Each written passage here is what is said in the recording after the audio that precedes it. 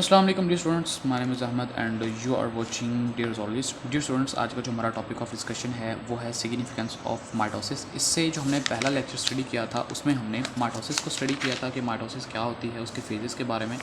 लेकिन अब हम सिग्निफिकेंस ऑफ माइटोसिस को स्टडी करेंगे कि ये अहम क्यों है। Importance of mitosis is the maintenance of chromosomal set. Chromosomal set को मेंटेन करने के लिए माइटोसिस ज़रूरी है। कैसे कि each daughter cell receives chromosomes that are alike in composition and equal in number to the chromosomes of the parent cell. जो parent cell है उसके अंदर अगर फॉर एग्जांपल 10 क्रोमोसोम है तो अगले में भी इतने ही होने चाहिए। तो इस चीज़ को मेंटेन करने के लिए, उनकी शक्ल को अलाइक इन कंपोजिशन, उनकी कंपोजिशन को सेम रखने के लिए माइटोसिस इज़ वेरी इंपॉर्टेंट। हमारी जो बॉडी है उसमें जो माइटोसिस है वो इन चीज़ों में होती है, इन प्रोसेसेस के थ्रू होती है, जिसमें डेवलपमेंट एंड ग्रोथ है, सेल रिप्लेसमेंट है, रीजनरेशन है, एसेक्सुअल रिप्रोडक्शन है। तो पहले हम डेवलपमेंट एंड ग्रोथ को स्टडी करते हैं। The number of cells within an organism increase by mitosis. This is the basis of the development of multicellular body from a single cell. It means zygote and also the basis of the growth and of multicellular body. के mitosis जो है वो एक single cell के एक single cell से हमने अगर एक मल्टी सेलुलर बॉडी को बनाना है, डेवलप करना है, उसकी ग्रोथ करनी है, उसके लिए हमें चाहिए माइटोसिस। क्यों?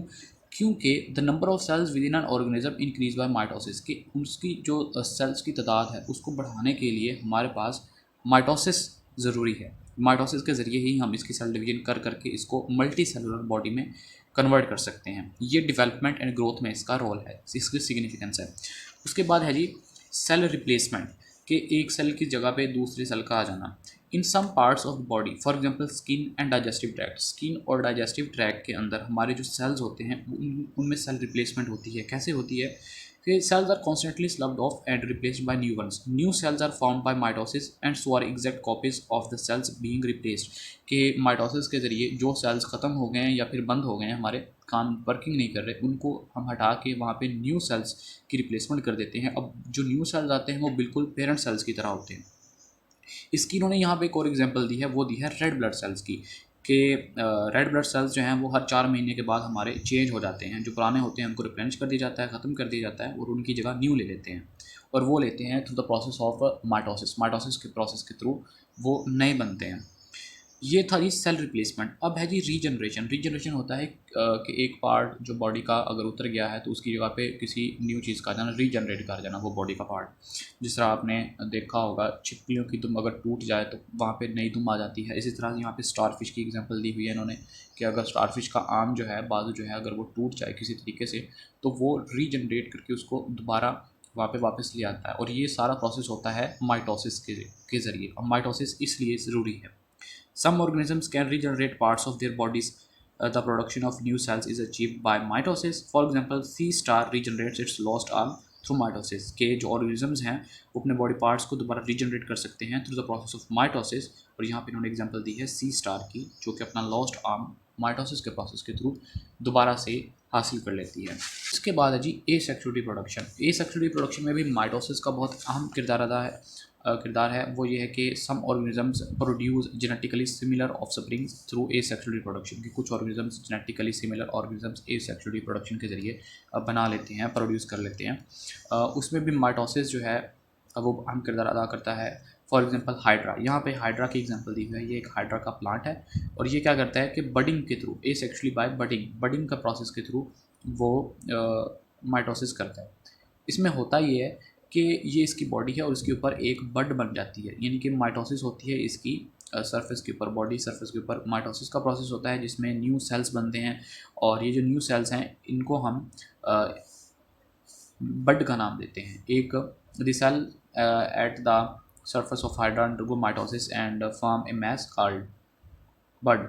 वो एक मैस बना लेते हैं जिसको हम बड का नाम देते हैं। अब माइटोसिस जो है इस बड के अंदर वो कंटिन्यू होती रहती है यहाँ तक कि वहाँ से एक न्यू प्लांट निकल आता है। ठीक है जी। माइटोसिस के प्रोसेस के थ्रू इतनी सेल डिवीजन होती है कि वहाँ पे एक न्यू प्लांट बन जाता है बड से। तो ये जी एसेक्सुअल रिप्रोडक्शन में इसका अहम किरदार अदा है।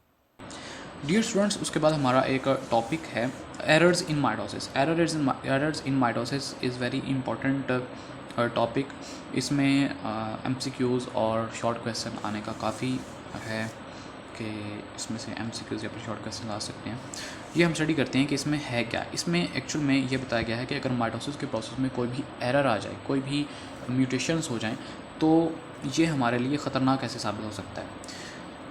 Errors in the control of mitosis में काज कैंसर, कि अगर कंट्रोल ऑफ माइटोसिस के प्रोसेस को कंट्रोल करने में अगर कोई एरर आ जाए तो ये कैंसर काज कर जाएगा। वो कैसे? वो ऐसे कि ऑल सेल्स हैव जीन्स, तमाम सेल्स के अंदर जीन्स होते हैं। अब जीन्स का काम क्या है? वो कंट्रोल कर रहे होते हैं टाइमिंग और नंबर ऑफ़ माइटोसिस को, कि माइटोसिस में हमें कितने नंबर ऑफ़ सेल्स चाहिए, उनकी क्या टाइमिंग है, कब हमें चाहिए, कब हमें नहीं चाहिए, ये सब जीन्स कंट्रोल कर रहे होते हैं। अगर जीन्स के अंदर म्यूटेशन आ जाए, sometimes mutations occur in such genes, तो क्या होगा? Cells continue to divide, cells जो हैं वो डिवाइड होते रहेंगे, होते रहेंगे, होते रहेंगे, और it results in growth of abnormal cells, वो एबनॉर्मल सेल्स बना देंगे जिसको हम ट्यूमर्स का नाम देंगे। अब ट्यूमर्स जो हैं यहाँ पर ये दो तरह के होते हैं, बिनाइन ट्यूमर्स और मैलिग्नेंट ट्यूमर्स। बिनाइन ट्यूमर्स क्या होते हैं? As long as these tumours remain in their original location, अगर ये एबनॉर्मल सेल्स अपनी ओरिजिनल लोकेशन पे हैं, कहीं वहाँ से कहीं मूव नहीं कर रहे, कोई बॉडी को नुकसान नहीं पहुँचा रहे इतना ज़्यादा, तो उसको हम कहेंगे benign tumours. But if they invade other tissues, अगर ये दूसरे टिश्यूज़ को जाके ख़राब करते हैं, उनको भी इन्फेक्ट करते हैं, और फिर आगे फर्दर इस तरह ये इफेक्ट करते करते करते पूरी बॉडी में फैल जाएँ, तो इनको हम मैलिग्नेंट या फिर कैंसरस ट्यूमर्स कहेंगे। And their cells are called cancer cells, और उनके सेल्स को हम कैंसर सेल्स का नाम देंगे। Such tumours can send cancer cells to other parts in body where new tumours में फॉर्म, जहाँ पे नए ट्यूमर्स बनेंगे, न्यू सेल्स बनेंगे जो आगे फर्दर जाके दूसरे सेल्स को ख़राब करेंगे। तो इस प्रोसेस को हम मेटास्टेसिस कहेंगे, स्प्रेडिंग ऑफ डिजीज़। तो यहाँ तक था हमारा लेक्चर। तो इससे अगले लेक्चर में हम इंशाल्लाह मियोसिस और प्रैक्टिकल को डिस्कस करेंगे। तो मिलते हैं आपसे अगले लेक्चर में, तब तक के लिए अल्लाह हाफिज़।